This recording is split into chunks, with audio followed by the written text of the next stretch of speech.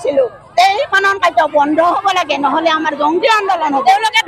আমি মহিলাখিনিয়ে আজি একগোটীয়া ওলাইছো এই খনন কাৰ্য আকৌ কিয় আৰম্ভ কৰিলে এইটো প্ৰতিশ্ৰুতি আমাৰ ৰাইজৰ আগত তেওঁলোকে দাঙি ধৰিব লাগে কি কাৰণ খনন কাৰ্য আৰম্ভ কৰিছে যেটো গামাৰীগুৰিত আমাৰ খনন কাৰ্য চলি আছে এটি অতি সোনকালে বন্ধ কৰিব লাগে নহলে ইয়াত জংগী আন্দোলন হ'ব আমি ৰাইজ ওলাই আহিছো আকৌ আহিম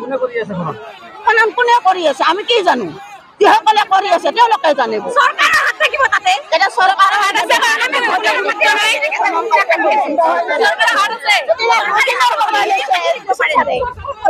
মানে এই খনন কাৰ্য বোলে 2 দিন সময় লাগিব আমি বুজি পালো 2 দিন আমি সময় ললো 2 দিনৰ পাছত আকৌ এইটো খনন কাৰ্য আৰম্ভ কৰিলে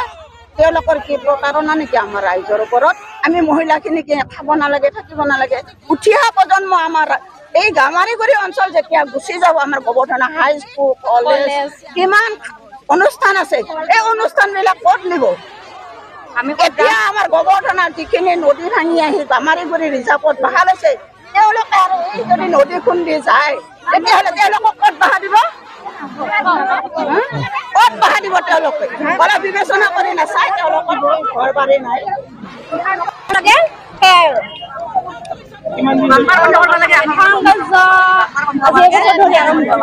আৰম্ভ হৈছে 11 বছৰ বন্ধ আছিলে নতুনকে আৰম্ভ হৈছে বন্ধ কৰিব লাগে চৰকাৰক এই আহ্বান জনাইছো যে আমাক ৰাইজখিনিক যাতে সুৰক্ষা দিয়ে আৰু খনন কাৰ্য বন্ধ কৰে গোবৰ্ধনা আঞ্চলিক ছাত্ৰ সন্থা আৰু গোবৰ্ধনা শাখা সাহিত্য সভাৰ উদ্যোগত আজি আমি মানৱ শৃংখল কাৰ্যসূচীৰ যাবলৈ ওলাইছিলোঁ এই ক্ষেত্ৰত আমাক প্ৰশাসনে বাধা দিছে আমাৰ মহিলাখিনি আগবাঢ়ি আহিছে তেওঁলোকে যাৱাৰ কাৰণে এটা যোজনা চলাইছিল প্ৰশাসনে এনেকুৱাকৈ আমাক বাধা দিছে আমাৰ প্ৰতিবাদ আমাক সাব্যস্ত কৰিব নিদিলে যদিও আমি এই লাজ ৰাস্তাতে আমাৰ প্ৰতিবাদ সাব্যস্ত কৰিছোঁ কথা হ'ল কি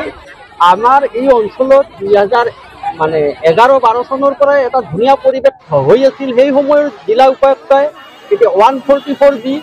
কুঁৱৰী মহল কমপ্লিট বন্ধ কৰি দিছিল কিন্তু আজি এই কেইমাহমান ধৰি যিটো এটা খনন কাৰ্য চলি আছে এই খনন কাৰ্যৰ জৰিয়তে আমাৰ শিক্ষা অনুষ্ঠান স্বাস্থ্য কেন্দ্ৰ এটা বেয়া পৰিৱেশ এটা সৃষ্টি হৈ আছে আৰু এই খনন কাৰ্যৰ মই স্থানীয় বিধায়কৰ লগতে প্ৰাক্তন বিধায়ক বৰ্তমানৰ মন্ত্ৰী দিল্লী দিছপুৰ কোকৰাঝাৰ আটাইকে মই অনুৰোধ কৰিছোঁ এটা শুৱলা ভাষাৰে খুব সহজ সৰল ভাষাৰে কৈছোঁ কিন্তু ইয়াৰ পিছত হয়তো আমি শান্তি নাথাকিম যেনেকৈ ৰাইজ ওলাই আহিছে ইয়াতকৈ ভয়ংকৰ প্ৰতিবাদ এটা হ'ব গতিকে তেওঁলোকে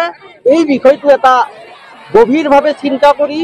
খুব কম সময়ৰ ভিতৰত 24 ঘণ্টাৰ ভিতৰত যাতে এটা সিদ্ধান্ত লয় নহ'লে কিন্তু ইয়াৰ পৰৱৰ্তী আন্দোলন কিন্তু এটা ভয়াৱহ পৰিস্থিতি হ'ব য'ত কিন্তু প্ৰশাসনৰ ফেইলৰ হ'ব পাৰে আৰু আমি এটা সিদ্ধান্ত লৈছোঁ যাতে আঁঠুকাৰি থিয়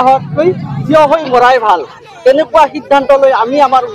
প্ৰতিবাদৰ ভাষা যিহেতু এই চৰকাৰে বুজি নাপায় তেওঁলোকক আমি সহজ সৰল ভাষাৰেই কৈছোঁ তেওঁলোকে বুজি পাওক আমাৰ এই অঞ্চলৰ মানুহবিলাকৰ দুখ বেদনা অলপ বুজি পাওক বুজি পাই এনেকুৱা কিছুমান সিদ্ধান্ত লওক যাতে সকলোৰে মংগল হয় আৰু আমি যাতে আগৰ দৰেই এটা সুস্থিৰ পৰিৱেশ ইয়াত